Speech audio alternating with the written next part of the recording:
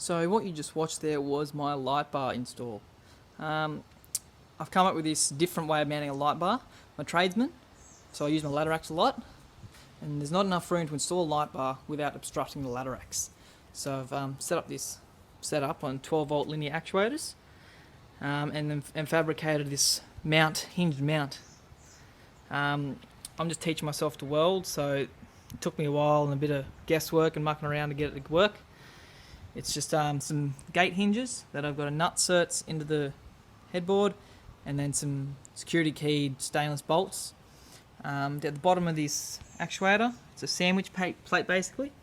Welded up a bracket and a plate on the other side, and just some bolts through the mesh. Sandwich it, keep it tight. All stainless security bolts and lock nuts.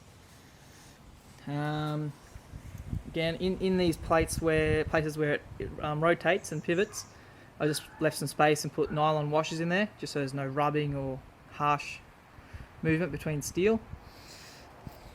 And the light bar is from LED Light Bars Australia. Very good, very happy with it. It's obviously a flood type setup.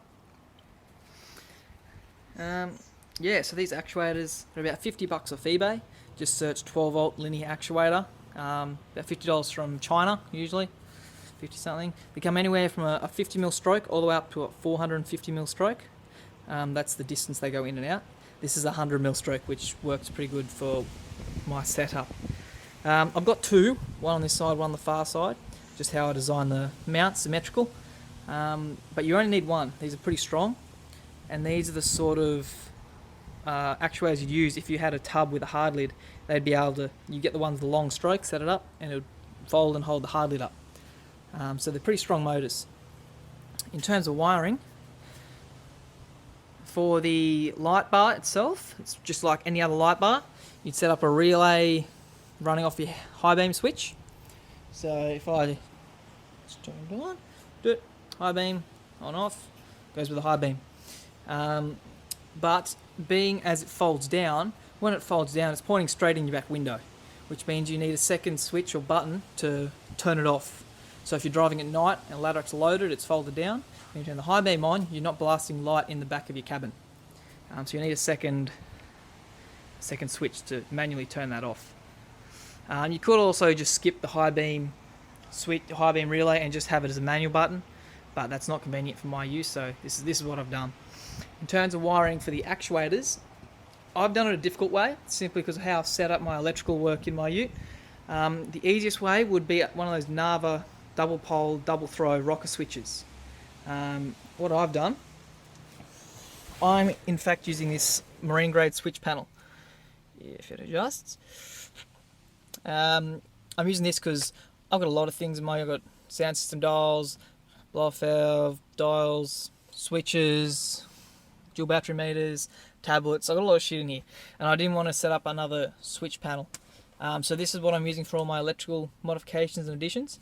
It's marine grade, it's designed for boats and whatever. So it's just a panel, just like with just on-off buttons, and it runs a ribbon cable through to a relay box I've got set up under my seat with all my fuses and my wiring, and it's pretty ugly back there, but it works.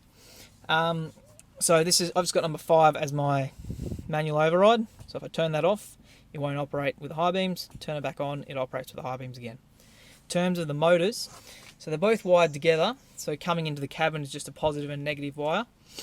When you do add them together, make sure they're both going in the same direction. So when you add power, they're both going out and they're both going in at the same time, obviously. But how I operate the motors is through these two buttons. So a double pole, double throw switch would be easier. All you do is push the up button or push the down button on the rocker switch. Easy. With my setup, 4 is the power to the motor. So pressing 4 means there's power going to the motor of the actuators. Now these actuators stop themselves at maximum and minimum stroke. So they won't crush themselves, they won't blow themselves to pieces. They stop when they get to their full extensions. And then 10 is the polarity. So just pressing 4 sends the power to the motors in one direction, which puts them up. Pressing 10 flips that positive negative orientation. It's I'm not an electrician. It took me a long time to figure this out. If I just use one of those rocker switches, it'd be easy.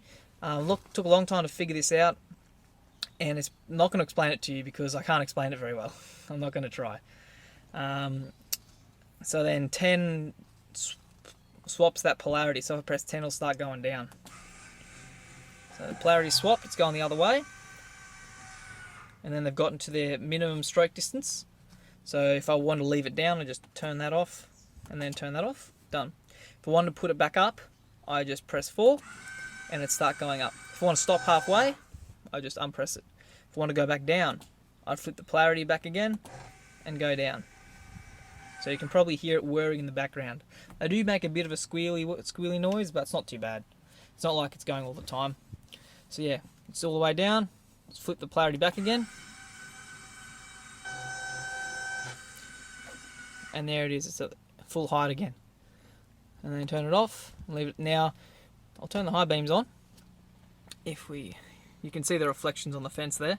Say I've got a heavy load, my arse end is in the ground and the headlights are pointing at the sky, and I wanted to angle it down a bit. So I'd turn the motor on for the thing, and just quickly, I just hit 10 on and off again, just to angle it down a little bit. My bad, I hit 10, but then I turn the motor off with 4. So if I want to go down a little bit further, that's probably too low, it's pointing at the cabin. So if I turn 10 off and quickly hit 4 on and off, you can see it come up a bit. If I want to go a bit higher, there you go, that's probably a good angle on it there. If I want to go all the way up, and there we go. So a rocker switch would be your best and easiest bed of operation. You just got to find somewhere to cut a hole and mount it. I was considering the sunglasses holder, put rocker switches, put all those Nava switches through there, but I went with this less evasive option. No cutting or anything, it's just a ribbon cable run under my seat to a relay box. Or whatever fits your vehicle. A lot of vehicles do have panels here and on the other side ready for those switches. So double pole, double throw rocker switch is my recommendation. So I have all LED Light Bar Australia products in my ute. So I've got the light bar, it's a 44 inch 480 watt, it uses the Phillips globes. And then I have the headlights and high beams and parkers. I did previously have HID kits in this, which half of them blew up. I did have HIDs in my previous ute, and these are by far the brightest and most even headlights I've ever used. They're same colour. They're all the same pure white colour. No variations. HID kits, I've bought 2 kits at the same time for the high beams and the low beams. Some of them turned out a little pinkier, some were a little bit greener, some were a little bluer.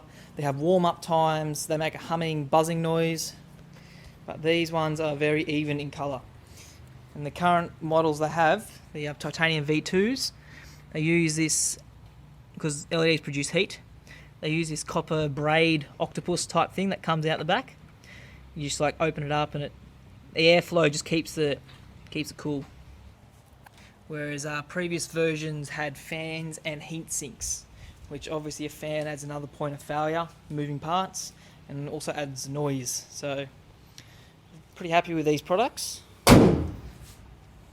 Headlights, fog lights are also converted. They're very similar in colour. The only things that are white are the blinkers, for obvious reasons. So yeah, very happy with the light bar. Extremely happy with how my modification turned out. I've showed people, car guys, fabricators, welders, electricians, auto electricians, they're all like, holy shit, this is a great idea, this is excellent. And it hasn't had any problems at all. Nothing's broken or jammed or blown up.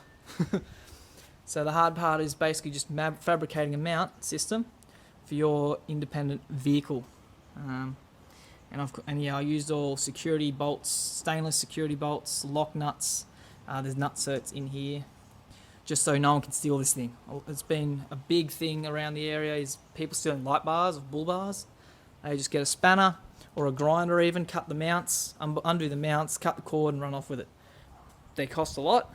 This is a good value light bar, this one is, but the Nava ones can cost over $1,000 and they're commonly stolen. So, yeah. Thanks for checking out my light bar.